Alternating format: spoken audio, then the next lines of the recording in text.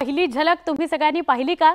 अर्थात पाहिली असेलच, कारण सगळ्या प्रसार माध्यमांनी ही मंदिराची सुंदर दृश्य तुमच्या समोर जगासमोर आणलेली आहेत।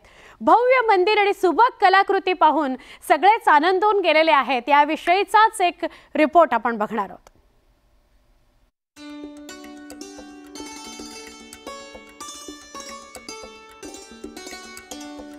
राम मंदिराचं 22 तारखेला लोकार्पण होत आहे।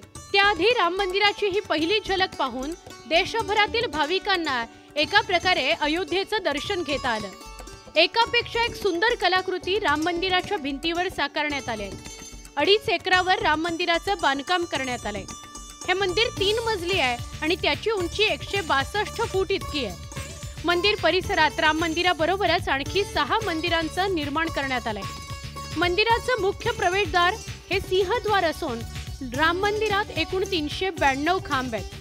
गर्भगृहामध्ये 160 तर वरच्या मजल्यावर 132 खांब असणार आहेत। मंदिरामध्ये एकूण 12 दरवाजे असणार आहेत। या सगळ्या बांधकामात सागवानाच्या लाकडाचा वापर करण्यात आलाय।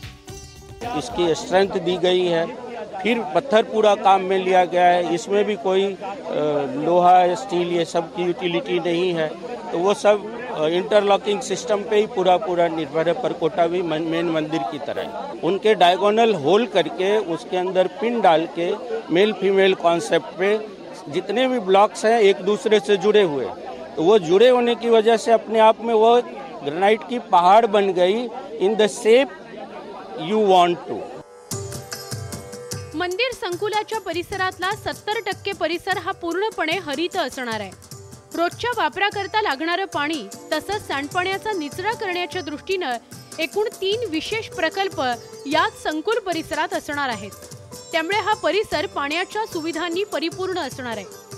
संकुलासाठी विशेष अग्निशमन यंत्रणा उभारण्यात येणार असून याचाच एक भाग म्हणून जमिनीखाली पाण्याचे मोठे साठेही निर्माण करण्यात येणार आहे। एकंदरीतच हे राम मंदिर स्थापत्य कलेसोबतच इतर सुविधांच्या दृष्टीनेही परिपूर्ण असणार असल्याचं स्पष्ट झालंय।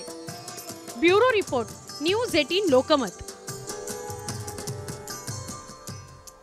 मंदिराची पहिली झलक पाहिली, आता रामलल्लाचं दर्शन कधी याची आस लागलेली आहे, ते सुद्धा आपल्याला घरबसल्या मिळणार आहे। काळजी करू नका।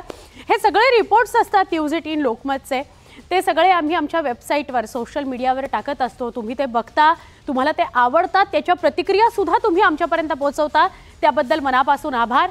आज न्यूज 18 लोकमत विशेषमध्ये इथेच थांबतोय। ताज्या बातम्या घेऊन काही क्षणात आपण पुन्हा भेटूया। पहा फक्त न्यूज 18 लोकमत।